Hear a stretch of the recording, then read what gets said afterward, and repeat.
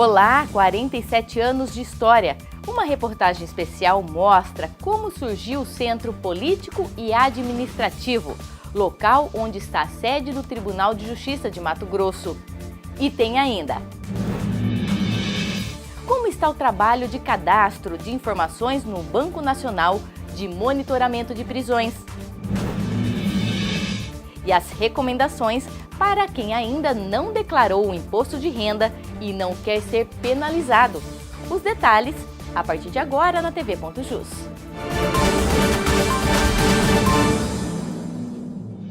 O Centro Político e Administrativo de Cuiabá completa 47 anos no dia 30 de abril. A região, que abriga os três poderes, judiciário, legislativo e executivo, nasceu por meio de decreto promulgado em abril de 1971. Na mesma década, também foi instalado o Tribunal de Justiça de Mato Grosso. Vamos mostrar agora um pouco do contexto histórico dessa região, tão importante para os cidadãos mato-grossenses. O coração sociopolítico e administrativo do estado de Mato Grosso bate nessa área de 838 hectares em Cuiabá. No local estão instalados os poderes executivo, legislativo e judiciário, bem como órgãos dos governos estadual e federal, além de instituições de representação da iniciativa pública e privada. Aqui trabalham mais de 10 mil servidores e funcionários desses órgãos, e o fluxo de carros e pessoas que circulam no centro político é grande. O Centro Político Administrativo completa 47 anos no dia 30 de abril. A data marca a publicação do decreto estadual promulgado à época pelo governador José Fragelli. A região tinha promessa de ser a Brasília mato-grossense.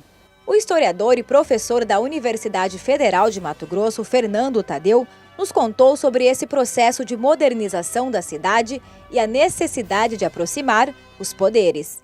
Porque à época, os centros políticos administrativos dos estados no Brasil estavam descentralizando e se organizando, ficando todos mais juntos, colocando o Tribunal de Justiça, as assembleias, os prédios. Porque em algumas cidades, no caso, por exemplo, de Cuiabá, elas estavam todas separadas, alguns prédios alugados, outros distantes. Havia dificuldade de comunicação do governador com esses setores, com os secretários. E havia, então, a necessidade de fazer com que ficassem todas mais próximas. E foi aí que culminou com a construção deste Centro Político Administrativo. Conforme constam nos registros do arquivo do Fórum de Cuiabá, as tratativas para compra e venda da área começou na década de 70, porém foi somente em 1976 que a área foi oficialmente adquirida pelo poder público. Naquele mesmo ano, o prédio do Tribunal de Justiça de Mato Grosso foi inaugurado. O desembargador aposentado Licínio Carpinelli, que trabalhou no tribunal quando o prédio foi recém-inaugurado, lembra como era a estrutura daquela época. A princípio tinha 11 desembargadores, né? Até se chegar hoje nesse total de 30. Nós funcionamos lá naquele prédio que era mais modesto. O nosso plenário ficava na parte de baixo, é o plenário velho, como chamo. Ali que se reunia o Tribunal Pleno. E as câmaras funcionavam também, as câmaras comuns, ordinárias, que correspondiam à primeira, segunda, terceiras câmaras, né? De lá para cá, muita coisa mudou. Isso porque a Justiça Estadual tem acompanhado a evolução da sociedade e as demandas judiciais. O prédio, amplo e moderno, já passou por muitas transformações e as mudanças não param por aí. A atual gestão, ela propicia a construção e a entrega ainda esse ano do edifício garagem, que é uma área de 5.000 metros quadrados, onde a gente vai ter um aumento aí de 177 vagas destinadas a todas as pessoas que trabalham dentro do Tribunal de Justiça.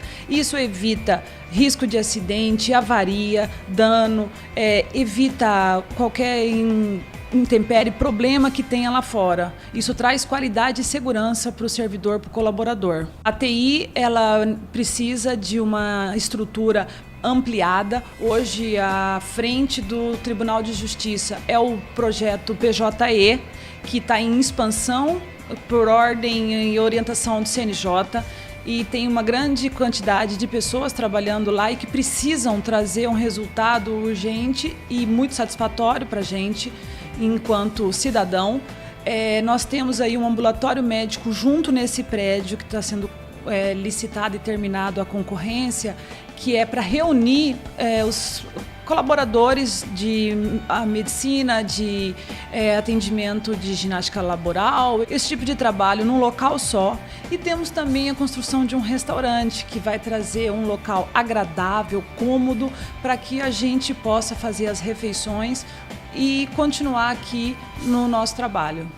E dia 30 de abril está chegando. Segunda-feira é o último prazo para a declaração do imposto de renda. Você sabe quais as consequências para o contribuinte que não fizer a declaração? A reportagem esclarece o assunto.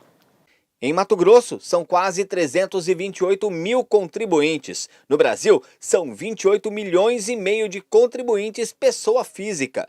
Nesse momento, cerca de 70% destes contribuintes que têm contas a acertar com o leão já fizeram a declaração. Quem deixar para a última hora pode não conseguir em tempo, destaca o auditor fiscal Renato Pinheiro.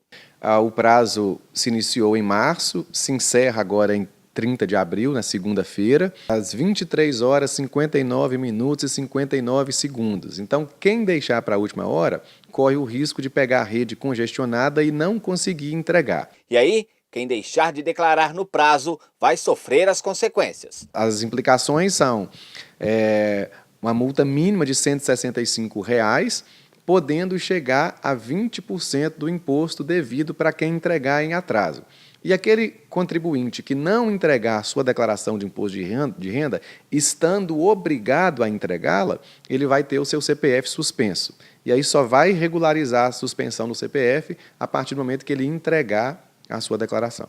O auditor fiscal também aconselha aos contribuintes a, independentemente de ter todas as informações necessárias, realizar a declaração. O importante agora é não perder o prazo. E a recomendação que nós damos é que se as pessoas estão em dúvida ou ainda não estão com todas as informações, preencham a sua declaração e transmitam no prazo.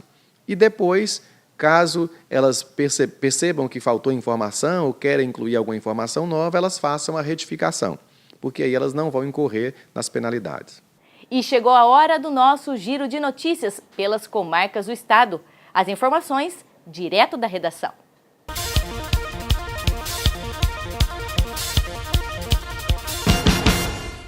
Olá, Kátia. O Juizado Especial Itinerante da Justiça Estadual encerrou o atendimento de abril nas cidades de Boa Esperança do Norte, Santa Rita do Trivelato, Santo Antônio de Leverger e Planalto da Serra. Durante esse mês, a equipe de servidores realizou mais de 100 atendimentos, com orientações e encaminhamentos jurídicos e também a mediação e conciliação em conflitos da vara de família. E agora, em maio, os trabalhos continuam. Nos dias 7 e 11, o G estará no município de Carlinda e entre 14 e 18, em Nova Bandeirantes. Para encerrar, o Centro Judiciário de Solução de Conflitos da comarca de Alto Araguaia realizou no último sábado a segunda edição do evento Atuação Cidadã. O projeto, idealizado pelo Poder Judiciário de Mato Grosso, reuniu mais de 60 parceiros que realizaram 1.073 atendimentos, entre orientação jurídica, emissão de documentos, divórcio, guarda para menores e também negociação de dívidas. E por hoje é só. Um bom final de semana a todos. Com você, Kátia. E no próximo bloco, o esforço e dedicação de servidores para abastecer o Banco Nacional de Prisões. E ainda tem cultura com o quadro Estação da Arte. É um instante só. Na frequência dos seus direitos, no ritmo da sua opinião, em sintonia com a justiça. Estação TJ. Sintonize a rádio que traz todas as ações do Poder Judiciário Estadual e repertório musical de qualidade. www.estaçãotj.com.br. Poder Judiciário do Estado de Mato Grosso. Em acidentes de trânsito sem vítima, chame o Serviço de Atendimento Imediato do Poder Judiciário. O SAI é composto por uma equipe que vai até o local e faz a conciliação entre as partes. É a Justiça de Mato Grosso buscando a paz social. Representantes da Corregedoria do Conselho Nacional de Justiça encerram a inspeção no Poder Judiciário mato-grossense.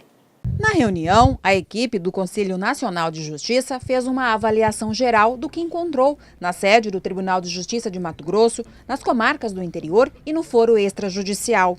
E um dos juízes que compôs a comissão elogiou a estrutura do setor de precatórios. Um juiz à frente e a dívida do poder público está uma dívida administrável. Então, um primeiro setor, um primeiro cenário de perfeita factibilidade dos pagamentos até o prazo final que a Constituição deu, que é 2024. Existe uma ordenação da fila, existem várias filas conforme a entidade devedora, uma fila para o Estado, uma fila para os municípios, uma fila para as autarquias e fundações, etc. O que só por aí já se tece elogios, porque o pagamento dos precatórios obedece uma cronologia, ou seja, uma fila. O desembargador coordenador da inspeção, Mário Deviene, também ressaltou a recepção dos membros do Judiciário mato-grossense, a organização e a disponibilização de ferramentas para que a inspeção fosse bem sucedida. Nós aqui fomos muito bem recebidos por toda a equipe do tribunal. Foi muito produtivo o trabalho, né? Muitas unidades puderam ser visitadas por parte de toda a equipe, de juízes e desembargadores. Visitamos unidades tanto de primeiro como de segundo grau, alguns setores administrativos do tribunal.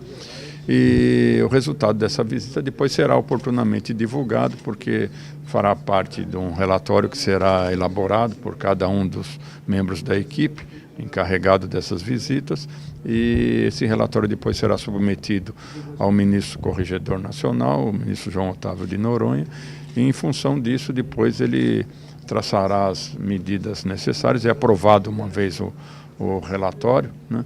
Ele será depois disponibilizado ao tribunal e ao público. Para o presidente do Tribunal de Justiça de Mato Grosso, a visita do CNJ foi uma boa oportunidade para mostrar transparência e todo o potencial que o Judiciário Estadual tem. Nosso trabalho é efetivamente pautado também na transparência, dentro de uma moralidade, dentro dos nossos objetivos que nós lutamos diuturnamente para cumpri-los. Sabemos que o CNJ tem sua tarefa constitucional e, portanto, para ajudá-la a cumprir os ângulos, né, da fiscalização administrativa, financeira e também o cumprimento dos deveres inerentes à magistratura, nós proporcionamos toda a sorte de informações que nos foram pedidas, como não poderia deixar de ser. De modo que eu me sinto muito tranquilo e vamos aguardar a conclusão dos trabalhos pelo ministro João Otávio Noronha, que é o Corregedor Nacional. E a equipe da Corregedoria Geral da Justiça de Mato Grosso trabalha para abastecer o Banco Nacional de Monitoramento de Prisões, que começa a funcionar no final de maio. O esforço é concentrado para atingir a meta antes do prazo estipulado. O painel do Banco Nacional de Monitoramento de Prisões do Conselho Nacional de Justiça mostra que em Mato Grosso, até o momento, já foram inseridos em torno de 1.426 mandados e cerca de 18.228 pessoas privadas de liberdade, condenadas, presos provisórios e internos no Centro Integrado de Apoio Psicossocial. Balanço considerado positivo pela juíza que coordena os trabalhos. Estamos já ultimando Cuiabá e Várzea Grande, já estamos bem mais adiantados. Hoje nós temos um acervo já de cadastros superior a 50%. É um resultado bastante positivo, né? Com a junção de forças, com os gestores que vieram nos auxiliar, os servidores que estão nos auxiliando, numa força-tarefa constante que já vimos fazendo. Agora o sistema ele deu hoje ele tem uma estabilidade melhor do que no começo dos nossos trabalhos. Então hoje rende mais esse trabalho realmente. A alimentação dos processos é feita manualmente e o sistema digital é atualizado diariamente. A versão 2.0 do BNMP cadastra o preso, a prisão efetuada e é possível também expedir o mandado de prisão e o alvará com numeração nacional. E entre as vantagens da ferramenta está o controle da população carcerária e as prisões no país. Nós teremos aí um instrumento para uma visão global do sistema carcerário no Brasil. Isso é muito importante. Com esse sistema, uma pessoa que é presa em Goiás responde a um processo em Mato Grosso, automaticamente nós vamos ter essa ciência da prisão. E se ele for preso em Mato Grosso, ele não pode, e tem uma outra prisão em Goiás, ele não pode ser solto. Então, as solturas indevidas, as prisões indevidas devem realmente cessar. A meta é que antes do prazo estipulado pelo CNJ em 21 de maio, todas as informações processuais e pessoais dos presos sob custódia do Estado, além dos mandados de prisão pendentes de cumprimento, estejam lançados no sistema. E o quadro Estação da Arte, da Rádio Web do Tribunal de Justiça, traz o som do blues. Alan House e Mississippi Júnior foram os entrevistados desta semana. Veja como foi. O duo Alan House e Mississippi Júnior demonstrou todo o seu bom humor e talento ao executar um dos ritmos mais intuitivos da música mundial, o blues de raiz, que tem origem no estado americano do Mississippi, sob forte influência dos ritmos de matriz africana dos negros recém-libertados da escravidão, misturando as canções de trabalho, entoadas ainda nas lavouras de algodão, com músicas espirituais da religiosidade de matriz afro.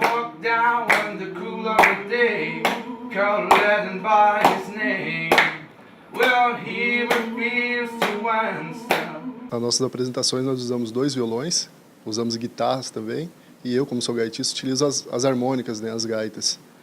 Isso dentro de um formato muito tradicional, né, do blues, que é o que era utilizado ali no início dos anos 20, né, quando surgiu o blues, com a utilização da guitarra e principalmente com a utilização da gaita e a voz.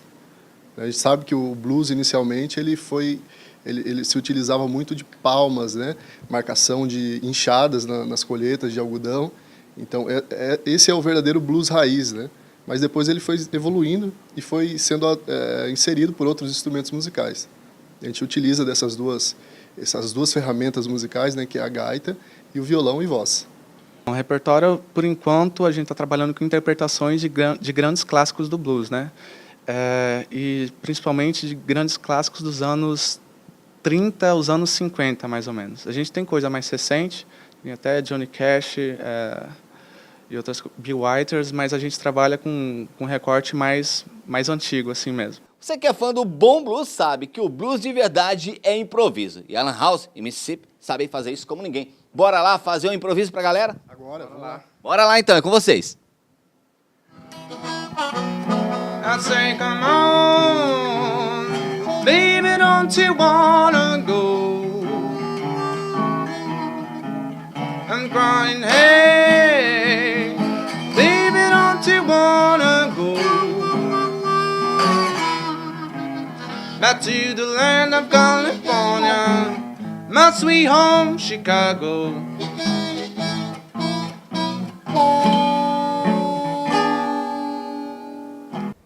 E a TV Ponto Jus termina aqui. Um bom final de semana e até o próximo programa.